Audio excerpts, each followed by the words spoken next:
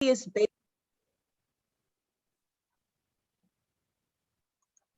Next, we have Bailey Conway. Bailey is based out of Augusta, Georgia, and is most notably known for his passion project, The Adventures of Lego Man, which is an ongoing photography series featuring the adventures of a small plastic figure named Lego Man. From the Acropolis of Athens, Greece, to the sunny beaches of Belize, this miniature figure has been photographed in unique settings all around the country and the world for the past seven years.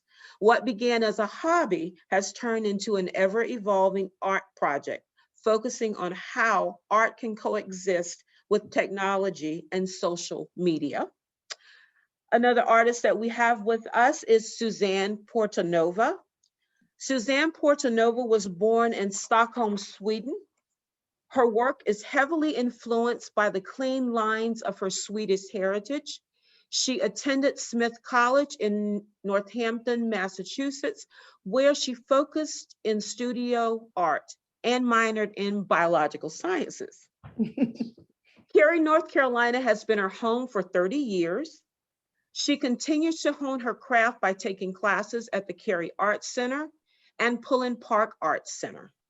She has also participated in several local craft festivals and won ribbons for her work, entered into the North Carolina State Fair art competitions for the past 9 years. Suzanne's studio name is Dots and Lines Pottery, which are her go-to elements in her work. You will always find a dot and an endpoint and a line, a direction in everything she makes. Since 2000, she's been sculpting and firing ceramics out of her home studio. Suzanne creates both functional and decorative art that expresses her artistic voice. Her work is diverse in shape, color, and design that come together with harmonious appeal. While functional, Suzanne's work is always unique and thoughtfully made. And we have Desmond Purcell. Desmond Purcell is a photographer and a mixed media artist living in Stillmore, Georgia. He received a BFA from Armstrong Atlantic University and an MFA from Georgia Southern University. He is a co-founding member of Stillmore Roots and curates exhibitions in Stillmore, Georgia for the Long Shot Gallery, the Emmanuel Arts Council, and East Georgia State College. He is an associate professor of art at East Georgia State College in Swainsboro, Georgia. We're also pleased to have with us today Anna Lee, the Director of Artistic Programs at Art Space in Raleigh, North Carolina, and Molly Hull, the Director of the Frankie G. Weems Gallery at Meredith College. We also have joining us, of course, from the Carlisle Campbell Library, Amanda Sullivan, our Research and Instruction Librarian, Erin Campbell, a Meredith graduate, and also our Assistant Circulation Supervisor, Rachel Porter, our Administrative Assistant, and Janice Sniker, the Archives Associate and Collection Manager for the Carlisle Campbell Library. Introductions done. We have quite a few joining us, but that's excellent. When Taylor contacted me about the program, Janice and we began to discuss, recent donations that the College Archives has received. Many of you are aware of the Beverly Purdue collection, also the ever-growing Women's Oral History collection. But after our discussion, we decided to feature our most recent donation, 10 pieces of artwork from the Mail-In Gallery. So what is the Mail-In Gallery? Taylor McGee, the vision, organizer, brainchild behind the project, is here to tell us all about it and why she was inspired to pursue this project. I will turn it over to Taylor and make sure that Taylor has the ability to share her screen. Thanks, Carrie. All right. Hi, I am Taylor McGee, and I got a brief introduction. So yes, I graduated from Meredith in 2019, and I studied art education and studio art there. I had a very short-lived career as a middle school art teacher after graduating, and then started working at Art Space in downtown Raleigh in the education department, and I've been there for a little over a year now. So yeah, I'm also a fiber artist. I'm primarily a weaver, and I do a lot of natural dyeing as well, but I love all kinds of mediums. And I have been doing a residency at Meredith for the past school year, actually. So I've been working in the fibers department with Emily Howard and her weaving and fiber students, which has just been a real joy over this last year. And so it's really worked out nicely to be on campus and also working on this project with Carrie. So yeah, more about the mailing gallery. What is it? I put out the call for the mailing gallery in early April of 2020. So it wasn't too long after we had gone into lockdown quarantine. And when we first went into quarantine, I was actually feeling like really creatively energized, which I didn't expect, but I was. I think, at the time I was working part-time. I had what felt like a lot of time on my hands, and personally in my own art practice, I was like sharing these little art tutorials and videos, like I was seeing a lot of other artists doing. And then at work, working for the education department, we were kind of in this place where we were pivoting and trying to figure out how do we take virtual hands-on programming and make it accessible to people at home. So that was like the headspace I was in when the idea for this project kind of came along. And it was on Instagram, actually. I was following a lot of artists, being really inspired by what other creatives were doing during this time to stay creative and encourage other people to stay creative and, like give people some hope, I think, having just gone into this, crazy time. And I heard about this other like mail-in art project, and I was like, oh, that's a really cool idea. Like this, the idea of allowing people to like give them space to create in a time when, we needed that. Like we were feeling so many feelings. And so giving people like an outlet creatively, and then also this whole concept of like being isolated by doing some kind of mail-in artwork show, it was a way to connect people too while we were at home. So those were kind of like the two themes that really inspired me. Thinking about like, I had all these questions like, how are people staying creative? How are they, using their resources? And again, like these were questions I was asking at work and that we were addressing at work and that I was addressing in my own practice. But, I wanted to like reach out to other creatives and see what they were thinking about this too. So yeah, I brought up this idea to Anna Lee, who's here with us tonight at Art Space, and she was really excited about the idea, which was super encouraging. And she offered to, if I went through with the project, she's like, I'll happily show it at Art Space, which really got me excited. So I started a website page and an Instagram, and I put together a call for art, and I threw it out there, and I didn't know like if anyone would respond, but I put it out there. And so the premise of the project was to have artists 18 and up in the US create a mailable work of art. So it had to be mailable. That was documenting either their response to COVID-19 or documenting their life during the pandemic, created with materials on hand.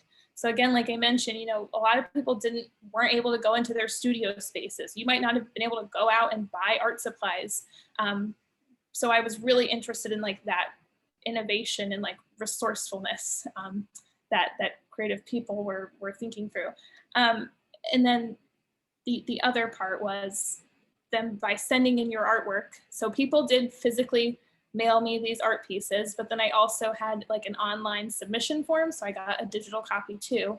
It was a way to give artists an opportunity to connect and share their work in a larger community in this time of isolation. Yeah, just like drawing on really their immediate environment, both in materials from their immediate environment and inspiration from their environment and what they were going through at the time. So yeah, I ended up, the call for art was up through June. So I put out in April and it was up through June of 2020. And I got 18 works of art in the mail, which like was shocking to me. Again, like I had no idea anyone was gonna see this or like take the time to make work. And I was so inspired and so like blown away with the response. And so yes, I'm going to share my screen now of some of the works. Okay. And I'll talk a little bit more about those. Can everyone see that okay? Yes. Okay. So yes, 18 works of art came from 16 artists, some local, several, a couple who are here with us tonight who are not from North Carolina, which was also so cool. And yeah, like I said, you'll notice as I'm going through, first of all, like a range in the medium that was submitted. So we have painting, embroidery, like sculpture, assemblage. Someone created work on a mask, drawing, ink, gouache, photography. I mean, just like so much variety, which really stuck out to me. And then there was also, I also asked the artists when they submitted their work to kind of submit a little story kind of behind the piece specifically. And so I'm stopping here because this piece on the screen that says home, the collage, this artist brought up how, we were in a stay-at-home order, but home isn't safe for everybody. So there was like a lot of really also just like thought-provoking perspectives that came up, which was fascinating to me. This work created by Desmo, who will speak more on it, was created actually on a piece of mail. We had some people who were addressing, feelings of like they had sick family members and weren't able to be with their family. That this piece here, Stay Home, Welcome Home, this collage, that artist was kind of dealing with that in her life and made work about it. So there was just so many cool stories, and I felt like really honored that people were willing to share that with me and with each other. Yeah, and you can actually, so Carrie will be sharing the website link, but you can, in addition to viewing these works of art, you can also read the stories here on the website. And I don't know if it's gonna load, but it'll give you a little bit of context behind these different works. So once, I'm gonna stop this now so that my computer doesn't overheat. So once we got all of the works, we put them up at ArtSpace. They were up at ArtSpace from like July, I think, through like the beginning of this year, actually. So they're up for several months. And the program coordinator over there, Brett Morris, he did a really great job displaying them. And something I loved about that show is that he displayed the envelopes that the work came in with the artwork. So that also to me was like kind of just added to the whole story of the piece, and this idea of like physically doing something in this time where it's been so virtual. It was like cool to have that element of like, here's this physical envelope that this work was transported into another human. So I love that. And like I said, that was up for several months at ArtSpace. And then the plan all along was to then donate it to Carrie. And I had reached out to her, I think way at the beginning, like last year, just to say like, hey, I'm doing this thing and I'm interested in donating it. And she was like, that sounds great. And had no idea that it would take on this kind of new life. So when I did kind of follow up, and I was like, okay, I have this artwork. As she mentioned, some artists wanted their work returned to them, but there was 10 out of the total 17 that wanted to donate their pieces to kind of permanently document this. So when I reached back out, she brought up this idea, and yeah, it's like given it a second life. And I'm so glad that she did bring it up, because it's given me a chance to kind of reflect.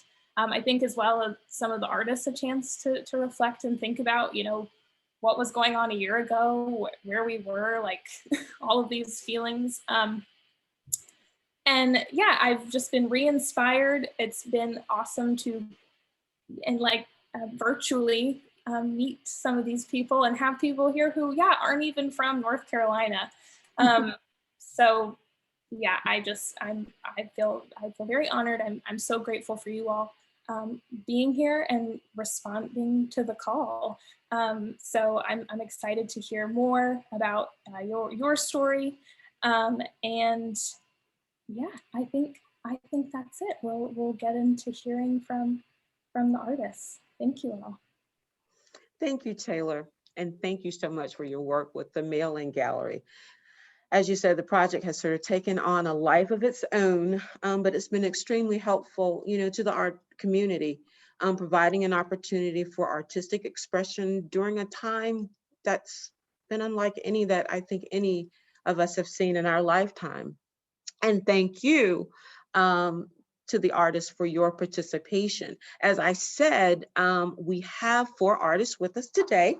And right now, I want to just take some time to have each artist talk about their artwork that they submitted to the Mail-In Gallery, why they created that particular piece, why they just felt the need to submit their artwork,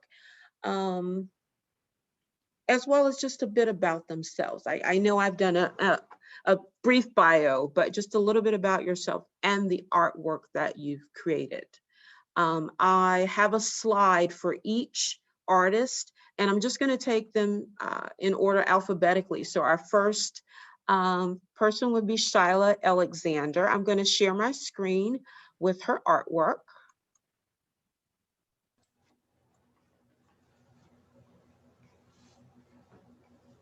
And let's put it in present view. Okay, can you see this? Yes. All right. So Shyla, tell us all about it, about a little bit about you and your artwork and the art that you've created. Awesome. Thank you, Carrie. As you just said, I'm Taylor Alexander. I'm a current student at Meredith. This is my senior year, so I'm graduating in May with an art education major. So I've been student teaching for most of, right now, especially during the pandemic. So creating art during the pandemic online and in person has been a very interesting experience. And I think some of that knowledge of what I learned making this specific piece kind of came with me as I was student teaching.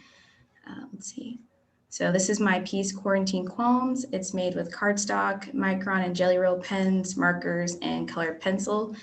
Essentially what was on me at the time. I saw the call on Instagram and I was like, oh, I want to do this. Let me see what we have in my room. And I'm very limited in my supplies. So I was like, I have these small little things and it fits in the mail. So we're going to give it a shot and see what happens.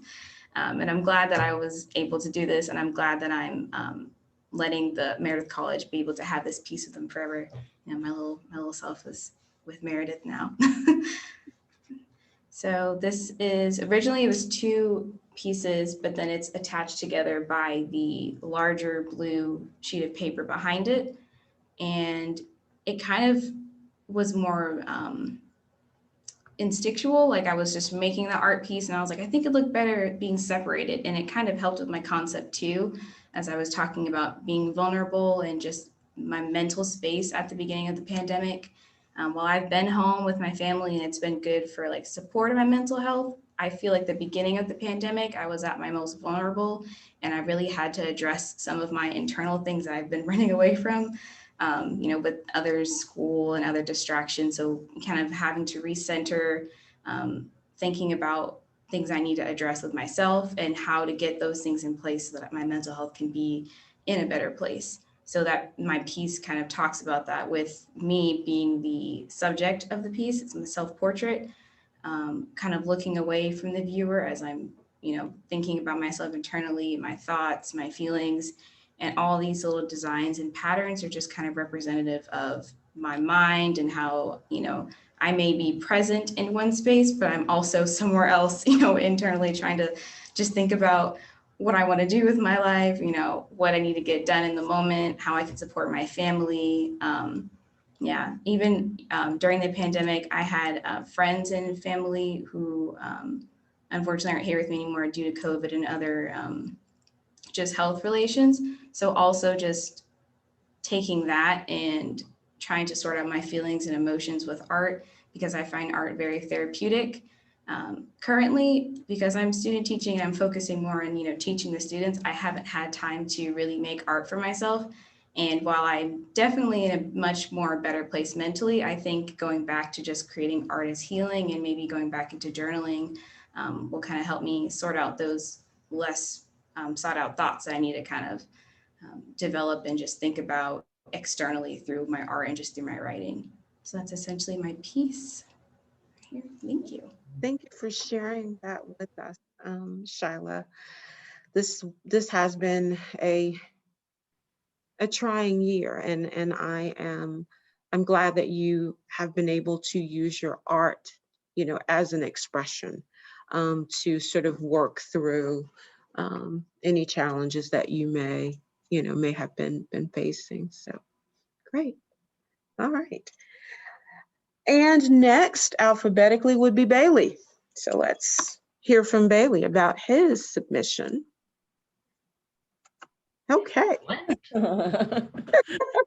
Oh. Hey everyone. Like they said, my name is Bailey Conway, and I am from Augusta, Georgia. So not too far away.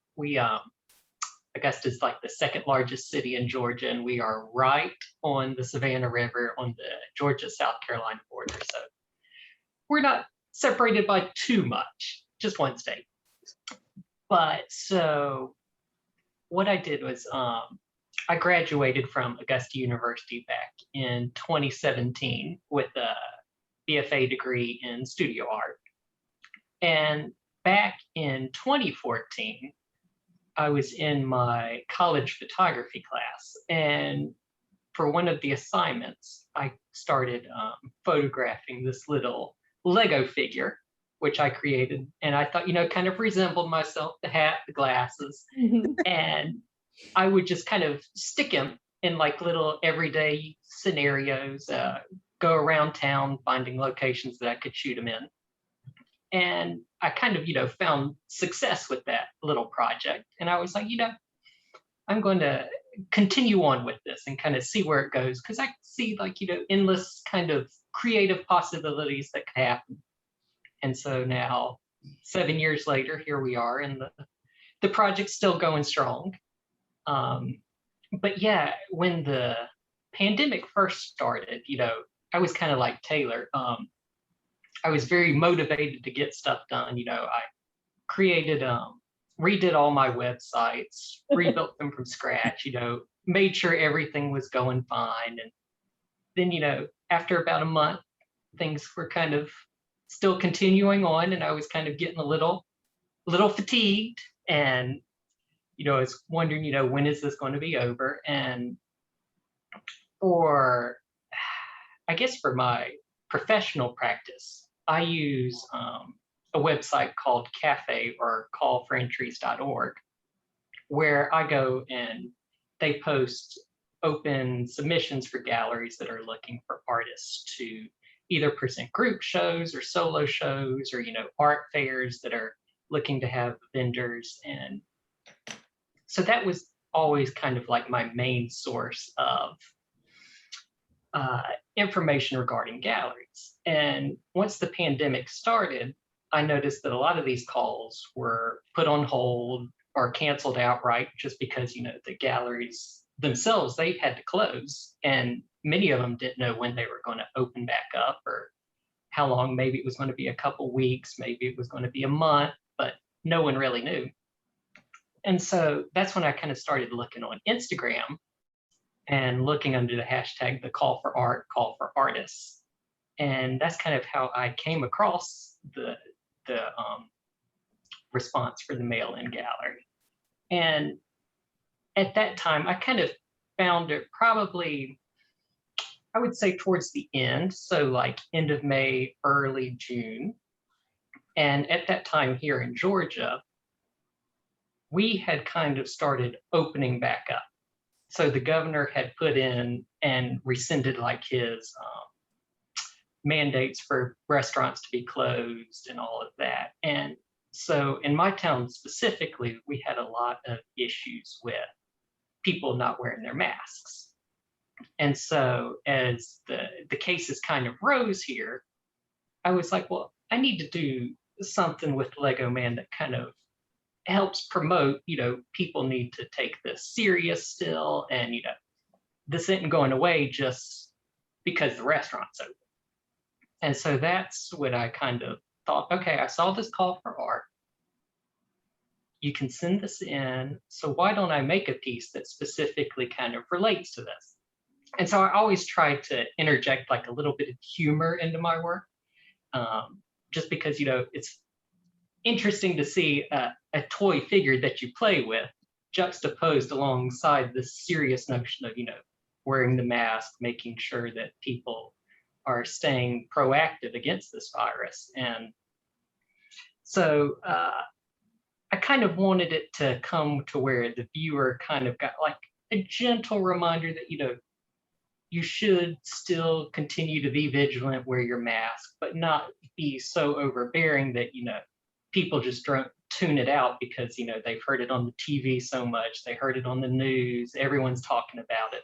So I wanted like this creative way that would kind of promote this kind of, social need for continuing to stay vigilant. And I would say, a lot of my work involves traveling. So I like to travel a good deal, and mostly for the whole year, all my travel plans were either canceled or postponed. So, I was looking forward to going and putting Lego Man, in Jamaica, Cozumel, Mexico, all those fun places. And then when everything got canceled, you're kind of like, well, what am I going to do?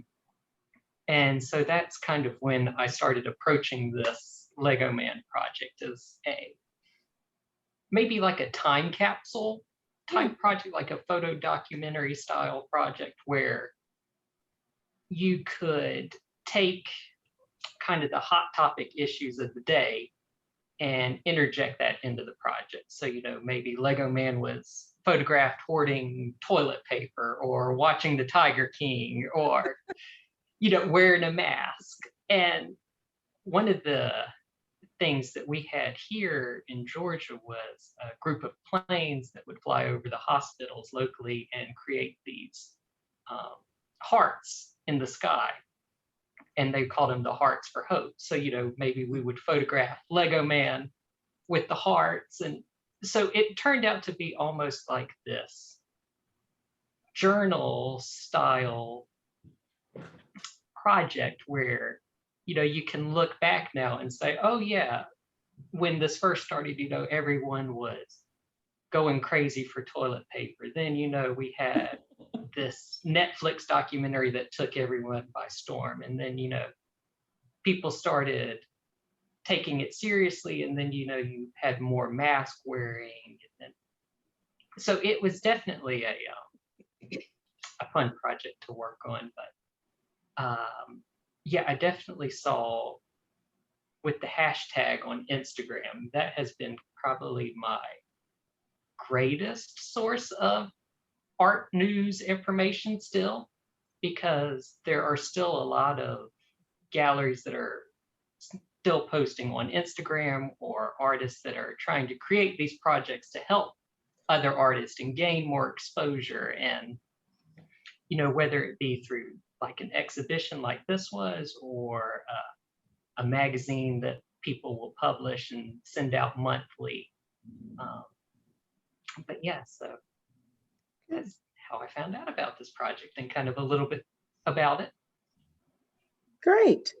As I am now following you on your social media platforms, I look forward to seeing where Lego Man will appear next. Yes, we think you know, maybe Florida might be coming up soon, so we'll see. All right. Oh, good. All right. Thank you, Bailey. Thank you. Next up, we have Suzanne Portanova. Hi, guys.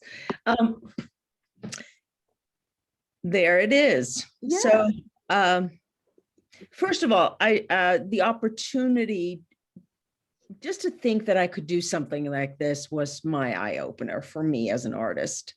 I think for me, I'm a potter, ceramicist for a long time, but I was not able to be with my craft. I was at my mom's house who was dying at the time. And because of COVID, I was not able to go to my house in North Carolina with my spouse. So I was separated for 4 months. And I'm currently up in Massachusetts because now I'm taking care of the estate. So again, what it allowed me to do was to actually bring back the love and kindness that we have as a married couple together. So that is what I honored in this work. So I could not use my clay. So my husband actually sent me 2 clay birds from North Carolina. I asked him to send them to me. And the other media was old paintbrushes I found in the house. I found some old string from my grandmother, from my mother. I even found some old house paint, those paint cans that you don't want to use. I opened them up and I painted them. And then I also currently work a great deal with my letters. So then I decided to do the be kind, be free, and love. And the love is the tying of the 2 together. More importantly, what the mailing gallery was about was saying that I didn't have to be where I was in the space where I was a caregiver, but that I could also find time to nurture who I am as an artist. It was so important for me to identify with that again, to say, yes, I can.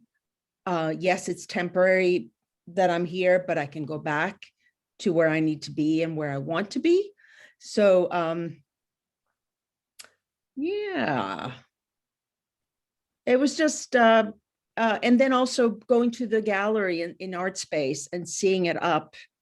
And my husband, I encouraged him to do it as well. So he included one of his pieces. So it was truly kind of a joint journey for us to celebrate what COVID, what COVID asked us to do, I did, but I was also able to nurture with the gift of time. That's my new saying, gift of time, nurture something that I had forgotten, and I will get back to it. So that's it. Right. Thank you, Suzanne. It is important that, you know, in our busy lives or no matter what's going on, that, you know, we do find that time to just be creative. It is therapeutic. Yes. Yes. Yes. Thank you. Next, we have Desmond Purcell, and I have his. Can everyone see that one okay? Daily Tally. Desmond? Yes, ma'am. Thank you, Carrie, and thank you, Taylor, for putting this together. COVID was an interesting experience, and as it proves to still be for all of us. You know, on one hand, I found myself with a lot of time at home, and on the other hand, I'm transitioning from a studio professor who's in the class, you know, with my students, hands-on activities. I'm in gallery spaces, curating shows and hosting exhibitions, and then you're instantly isolated from all of that. So it was great to be home, but at the same time, there was a longing for that communal aspect of art. A habit that quickly formed, for better or worse, was the daily tally. In Georgia, the health department would release the numbers county by county for infection rates and death rates across the state. And I found myself keeping a small journal, much like this one right here, with the daily numbers. And it certainly became a habit and a pattern. And another habit that developed is I'm a gardener. So between my walk to the house and the studio, I have several garden spaces with flowers and ornamentals and vegetables and a range of different pepper plants that I do love. And so I'd get this morning walk that I was able to spend a little more time on engaging with my environment and contemplating and thinking about what was happening around me. So, I'm a big reader. In January, probably terrible timing, but I just finished reading The Plague by Albert Camus. And I started reading Octavia Butler into the pandemic. And there was a lot to think about at that time. So this piece, a friend of mine, a painter in North Carolina, Jean Grey Mose, reached out to me and she said, there's this mail-in art gallery. I think, you'd love it. You need to take part in this. And I've done a few mail-in exhibitions and participated in them. And there's certainly a passion of mine, this idea of sending something in the mail. So I took Taylor's request to use, which I read as non-traditional materials on hand to really sort of fabricate this piece. So I used this, as Taylor mentioned, an old piece of mail, and on the back of it, using just a pencil and some ballpoint pens, sort of scratched out a map, county by county, of where I live and the cities I visit on a regular basis, and those numbers that I was sort of keeping track of, places where I have friends and family. And then I included a portion of that tally in the upper right-hand corner. And with the news, every day you're sort of met with this idea of how COVID is transmitted, whether it's through touch, do you wear gloves at the gas station, at the grocery store? What do you Lysol? What don't you Lysol? What type of mask are you wearing? Are you wearing 2 masks? And everything seemed to focus on this aerosol transmission. If you're in a store at that time and you hear somebody cough, at least for me, it was, there's a reaction, an unintentional reaction. And so I wanted to manufacture some of my own pigments with my garden. So I crushed up blackberries, and I didn't cough the blackberries onto the document, but I did sort of soak my hands and splatter them as if it were an aerosol projection that stained. And so it sort of took that idea of this aerosol contaminant, this virus made very visible and splattered across that envelope, something that passes through the mail. And that idea of this physical exchange at a time when notions of that sense of trade and communication and exchange were, they were deemed almost dangerous. Don't, stop the hug, stop the handshake, stop the fist bumps, don't touch, don't get too close. And and the piece, it just addressed that portion or that moment, as I think it was Bailey or Shyla mentioned earlier, that sort of document of where I was at that point in time. So I'm incredibly thankful that Taylor put this together, and that Carrie and Meredith College are continuing this conversation. And it's something that I mailed and I didn't think much about after putting it in the mail. And it's been wonderful to have it come full circle and to be able to talk about it again, and to look at that experience with almost a year now of time between it, and go, God, what were you thinking? Or how did that come across? Or where were you a year ago in your headspace? So thank you all for allowing us the opportunity to produce these works, maybe out of habit, and now to engage in a conversation about them. I can't thank you enough. Thank you. I was looking at that piece as I was, all the pieces that the library has received, they're actually on exhibit in the library. And as I was looking at yours, Desmond, I was trying to sort of figure out what the little, it seemed like springs across, and now I understand it. That's it. Yeah. And the blackberry is such, oh, what a wonderful fruit. It's spring is coming through right now. Mine are all in bloom and they have these beautiful berries that are still green, but they're getting close. And it's such a joyful thing. And to transform that into something that, may cause a little hesitation to handle was a really interesting component to that. Yes. Okay, so thank you. Thank each of you for sort of going into depth about your artwork and what was going on with you at the time. Taylor and I just have a few questions, but then we have panelists who have some other questions for you. You can choose to respond to each one of the questions, each one of you, however you'd like to do it. We don't have to go in alphabetical order. So my first question that I had was, you talked a lot about how, what led you to create your artwork, some of the things that you were going through at the time, what you were thinking. How has the pandemic sort of impacted or shaped your craft? Positively, not so positive? What are you thinking now? Are you able to sort of look back and say, oh, but I was able to do this? Or so whoever wants to take that one on, have at it. I'd be interested to hear your thoughts. I'll speak. That's fine. I will. So it did in the long haul. It allowed me to add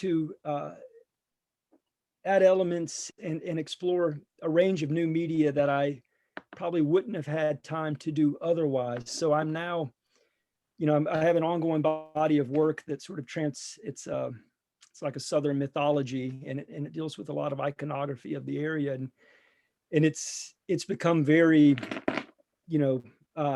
object oriented. So I'm casting these objects, rattlesnake rattles and oyster shells and these other components that were always stuck to a very two-dimensional plane before the pandemic. They were either drawings or paintings or photographs, but with the extra time in the studio to pour into these works, it has opened up those doors, which has been really nice. Excellent. Anyone else? Yeah, I have one. I'm very word oriented, so I've been collecting a lot of words. I think my note app on my iPhone is at least 1,000 words that I've collected. So I'm busy doing that.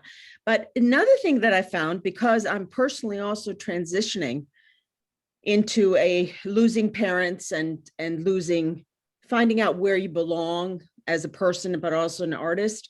I'm using paper and I'm molding my grandmother's vessels, like large Chinese bowls or large platters. So what I'm finding is I'm finding the time to identify shapes that have intrinsic value into my aesthetic, that is that I'm shaping as I'm living in this my family home. So I'm nurturing that, saying, what can I take with me when this is all done? What can I take with me and value and create and make part of me?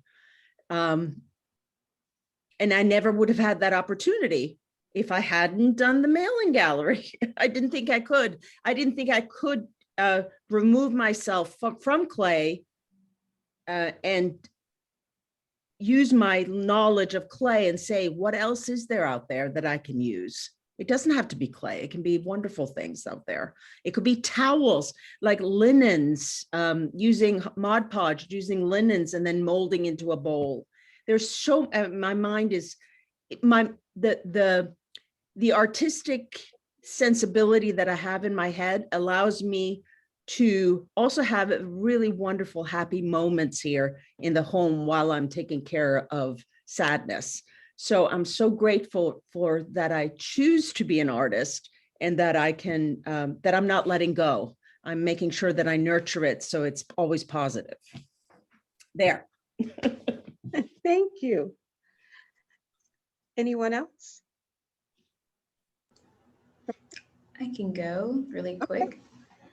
I think a lot of especially during the pandemic, the beginning, I was just kind of like, I don't really have that many materials. I was kind of focused on only specific things to create art, where I really had to take a step back and like, no, you can literally use anything.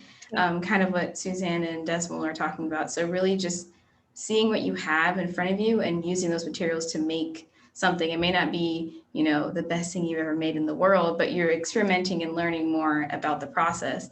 And I talk about that too with my students, because some of them are like, Miss Alexander, all I have is a pencil. What can I do with a pencil? I'm like, you can do so much. You can turn it this way. You can do this. You can, write on your paper. Don't write on the wall. Your mom and dad don't like that. But there's so many things you can do and create. It doesn't have to just be this one like monolithic idea of art. So I think that's what I've been kind of take away from the pandemic. Excellent. Excellent. Taylor, do you have any questions that you'd like to ask? I want to make sure we allow the panelists some time and time to get in some of the questions from the audience. Yeah, thank you. I think a lot of the questions we came up with, actually, the artists have addressed a lot of the points. He's talking about the circumstances under which the work was created and why you chose the materials you did. So thank you for sharing that. Maybe the only other question that can lead into other discussion is something that came up as we were preparing for this event. When we met with Suzanne and Desmond, he kind of brought up this whole idea of like reflection and what it would look like to do this now. And Carrie said several times, it's like there's kind of like a light at the end of the tunnel, like we're not out of it yet, but we're emerging. So yeah, I mean, if any of you want to speak to, I don't know, a reflection you have, like now it's been a year since you've made these pieces, and if you were to make it now, how would it be different? Kind of coming out of this time, or yeah, is that a question? Yeah. Taylor, for me, I was totally caught off guard. So the power of creating what I did was so intense. I didn't know, I just did it and I didn't question it, the freedom of it, but also that the event that it takes two, that I made it, that I and my husband and I, the value of a relationship for me personally became so important that maybe reflections of my future work would probably be, say, the joy of today. We do something to celebrate the gift of today, that we are here. We have an opportunity. We don't need a lot. I don't need a lot. And that we can still create. So thank you.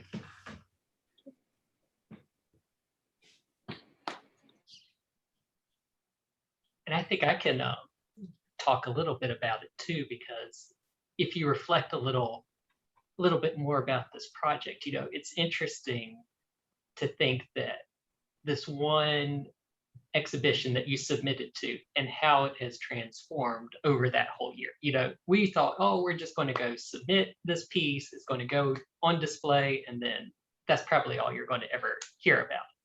But it's been fascinating to reflect on the progress that this has made. We're doing a Zoom interview, there's all this publicity around it. It's very interesting to see, like, just because we all decided to submit to this one exhibition, that it's kind of taken a life on its own. And so it kind of shows you that going forward, maybe these exhibitions that you think, oh, maybe I don't have time for, maybe my work's probably not right for it, you should probably just go ahead and take the chance and see, because you never know where it's going to end up. Yeah, thank you, Balin. Thank you.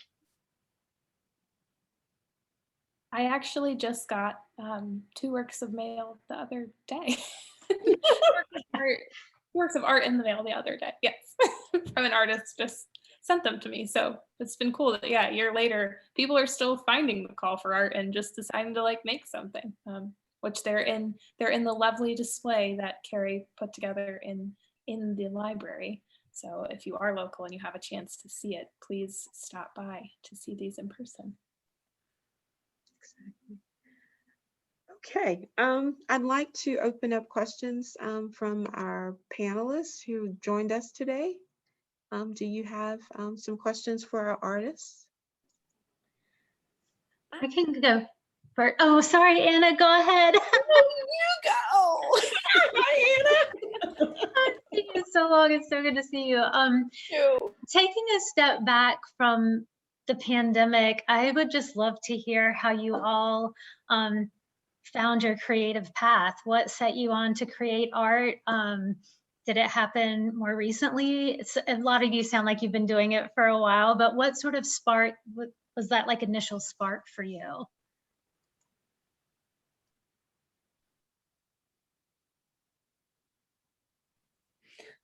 I'll start. It's Suzanne.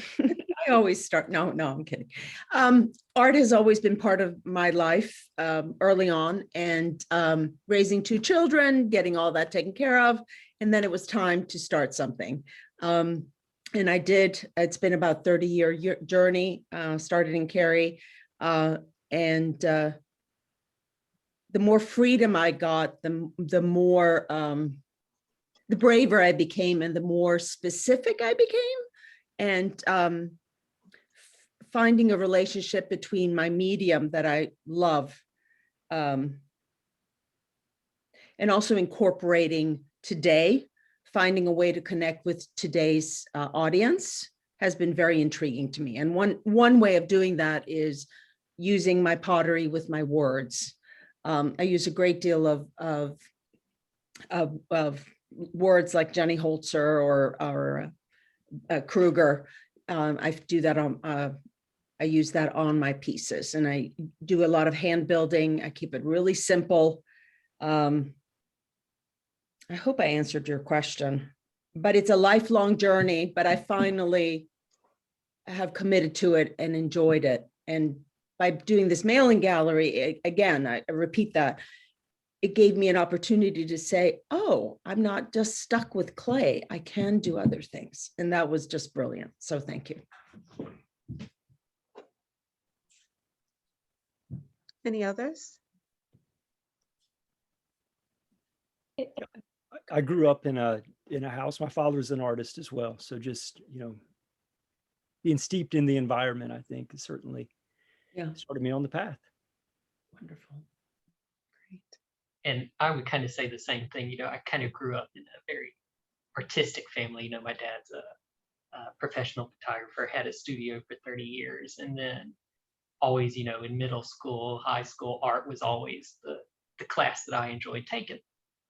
And so, it was just kind of a thing where when I got to college, you're kind of like, well, what should I do? And so I was like, I'll take an art class. And it just continued to spiral from there. And I just continue doing it every day.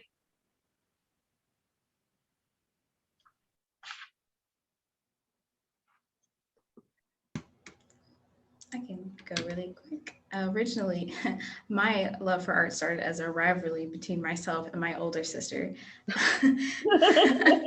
That's my funny origin story. I love it. Do you work in the same mediums now, or do you? No, it's a little different now. But I'd always be like, oh my gosh, that's so good. I want to draw like that too. Challenge. And she's like, it's not a challenge, Charlotte. But kind of started from there, and just being similar to Bailey, in a family of artists. My dad plays music. My mom sometimes does art, but she has very creative thinking. And then my grandparents are also artistic. So just kind of having that knowledge and just making art, after that rivalry phase, and just finding it healing and therapeutic when I was going through a lot in my childhood. So just kind of continuing it for that. And I let that spark, carry through high school and college. Beautiful. Great. Thank you. Thank you. I'm going to struggle articulating this question. I think it's related sort of to what Amanda's saying. I'm going to try and tie it together. And thank you all, every one of you who's involved. And this has been a really interesting conversation, and it will continue to be a fascinating subject for years and years to come. I mean, this year we have all just been through and its effect on creative practices and creative spaces. It's just mind-blowing. But I think one of the things that struck me so much as someone who is a curator and is working with objects in spaces with this project in particular was that we hung it.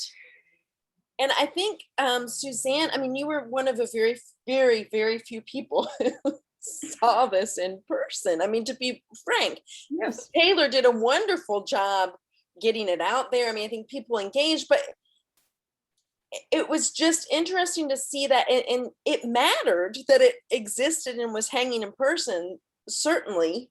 But at the same time, for me to be able to see the work, that was just one part of the art process. You know, you think of an exhibition and a gallery opening and the coming together of people as being sort of this culmination of the artist's work in some ways. I mean, that sounds very conceited coming from a curator, but there's a shift that's taken place in both in the importance of that, and I think also just what we see as possible. So I know you all have addressed sort of the impact that this experience of the pandemic has had on your practices, but how has it sort of impacted the way you sort of conceive of your art's impact, or its ability to touch people? Like, yeah.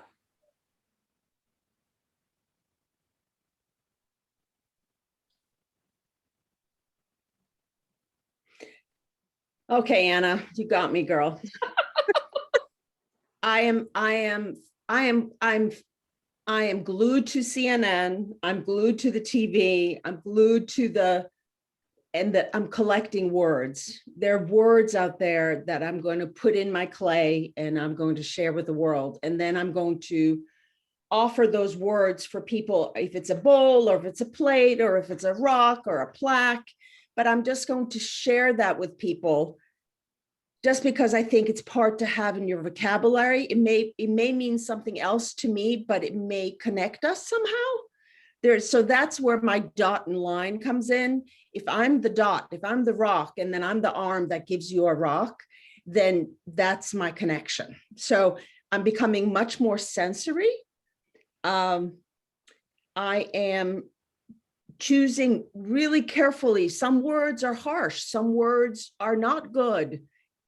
Yay or nay, and you think they're positive, but they're really hurtful, or they're overly expressive. Anyway, but that's for me as an artist to choose. But that's what I'm going to do, is I'm going to plaster words on my plates, on my bowls, and I can't wait. I'll be back probably this summer, but I just can't wait to share the words. That's what I can hold on to here in this space I'm in. And I have reorganized my production. I can't just produce. I can't just slab roll it out and make bowls, but I can collect words. And then when I'm home back in Cary, then I can slab roll and just be a donut factory and I can get it out. But so I think the process of having this time of this gift of time, that's my thing.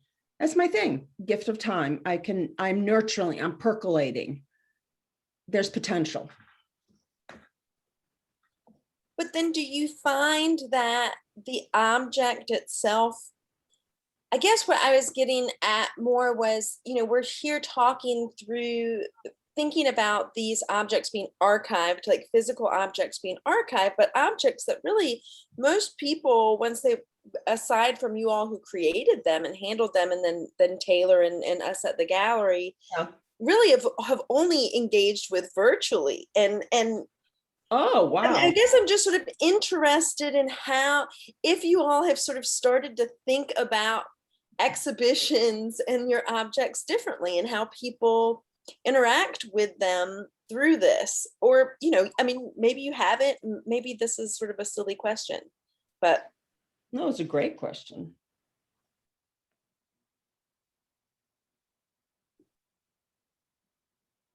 Can I speak to that? Yeah, please. Okay. I know one thing that's become really important to me during the pandemic is I've been making things to give, so more so than for exhibition spaces and walls. I've made a lot of small books that have been left in boxes or put in the mail for friends and family. Mm-hmm. But just that idea, and I think Suzanne touched on that as well, is that offering up of a sense of love or joy, and bringing a brightness to this. I think there's a bit of suffering that we've all been enduring. And so that's become really important. So my work is certainly scaled down in size, and it's become very fluid in the sense that it's not designed for an exhibition per se, but for someone's home or for someone's hands, or just something to offer up to someone and let them know that we're here for one another. Lovely. Yeah, I like that. Yeah. More intimate. Certainly so. Certainly more intimate. Yeah. Because we're alone a lot. We're not in a continuous community space. We're more isolated. And we are, how do we still find our vibe, our energy, so that we can give back what means so much to us? It's exhausting. But good, it needs to come out. It's so necessary. What you all are doing, I hope you've felt affirmed over the last year of its importance. Yes. Absolutely. Absolutely. Thank you. Any other questions for our artists? I have a question. It kind of goes along with Anna's, and I might struggle in formulating this, but the idea of a mailing gallery fascinates me, because coming from a curating side, you have that idea where in an exhibition you can experience it and you can maybe touch it, or all your senses are kind of explored when you enter into an exhibition space. But with a mailing gallery, it's really hard to have that same kind of sensory overload and experience that you would have in a normal exhibition. But what's beautiful about this mailing gallery and the concept of it is that you as artists have got to explore mediums that you wouldn't have otherwise. And you've also had to have another relationship with this medium that you had no idea that you could be using or you could be creating with. So it's just beautiful to hear about that. But moving forward out of this pandemic, and who knows what that'll look like, do you think this idea of the mailing gallery should continue? Because on one hand, it's not a physical exhibition, so maybe it kind of lacks that person, like one-on-one person impact, etc. But on the other hand, it also allows for it to be so much more impactful because it can be reached by people that wouldn't have seen it otherwise. So I guess my question is the ultimate question. Do you think this mailing gallery concept should continue beyond the pandemic?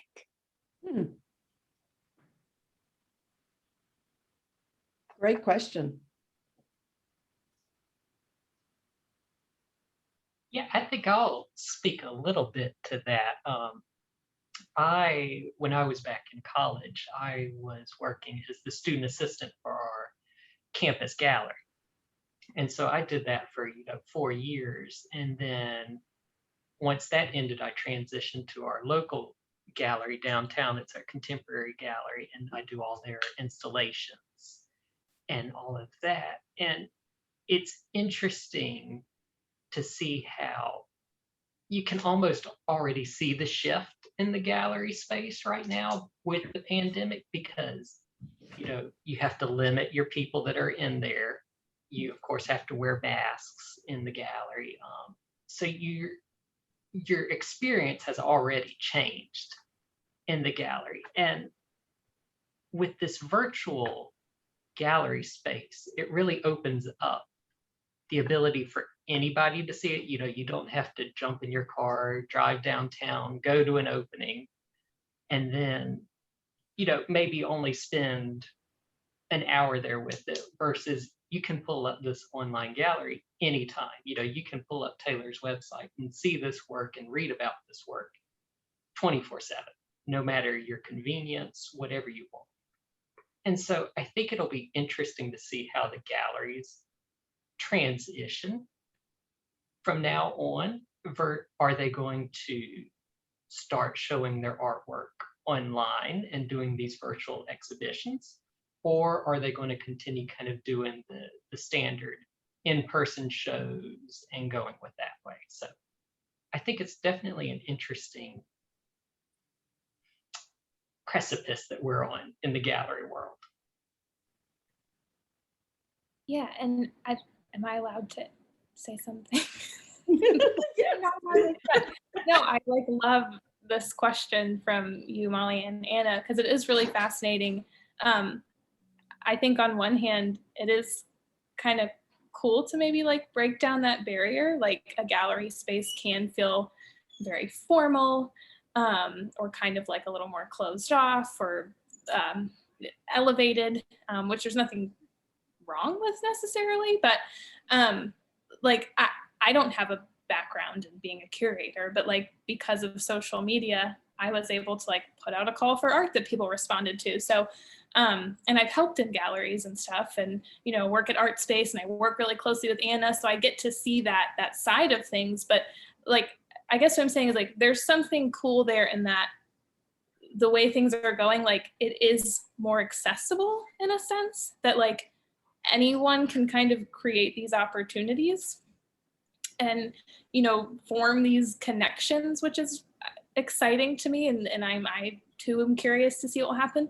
On the other hand, though, I have to be totally honest, like I don't really like virtual exhibitions, like because I want that like in-person engagement and interaction with the work. And I think, you know, especially as a fiber artist, my work loses a lot in virtually. Like you can't see all the texture or feel the texture in a picture or, you know, on a Zoom call the way you can in person. So yeah, like, and I don't know what that means because some galleries are still doing like only virtual calls for art. And I feel like in a sense, like there's kind of like a loss there, because I think part of what makes art so special is like that it is hands-on and that you do get to engage with it in that way. So I don't know, just thoughts on that.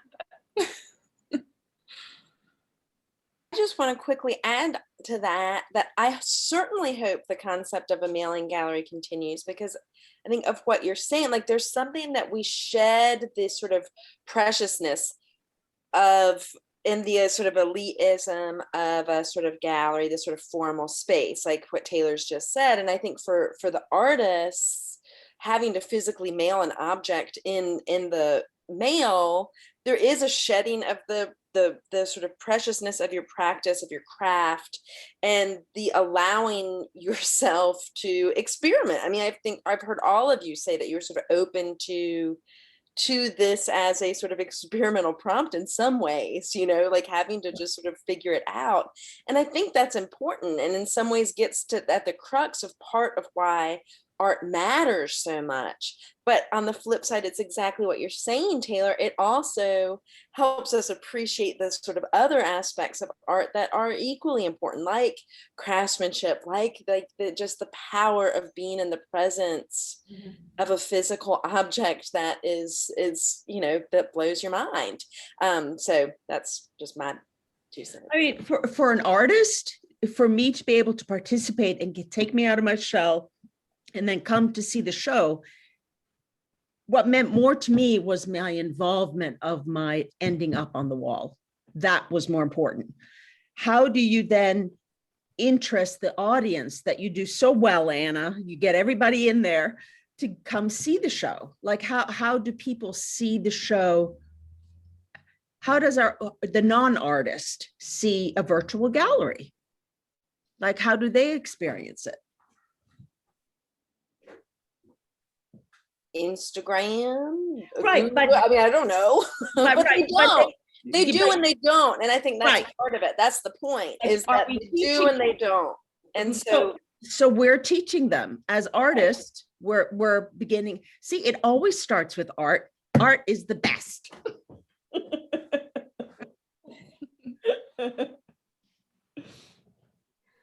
It looks like we've sort of gone over just a little bit of our time. Carrie, This has been a wonderful conversation. thank you so much. But I do want to just show a couple of other slides quickly. Each one of our artists, they have their own platforms. Of course, this is being recorded, so we have links to where you can follow Shyla and Alexander, Bailey Conway, Suzanne Portanova, and I will be visiting Lucky Tree to sort of see Oh, and have a some coffee. of your pieces Thank over there. Thank you. And Desmond Purcell, his website, his Instagram, and his Twitter. I just want to say thank you to all the artists and our panelists for your participation in our program. Thank you again, artists, for donating your artwork to the College Archives. We do have a display in the Carlisle Campbell Library, and it should remain on display throughout the summer. So if there are any alums who want to stop by, give me a call and I can arrange a time for you to see the display. Okay, and I just want to say thank you to everyone who has participated. It's been great. I mean, I feel like there needs to be a mailing gallery part 2. Come on, Taylor. Or I wasn't gonna say that. Well, thank you. Thank you. Thank you. And thank you all have a great evening. Thank you, Carrie, so much. Bye-bye. Bye, everyone. Bye. Thank Thank you. you. thanks, Bye-bye. everyone.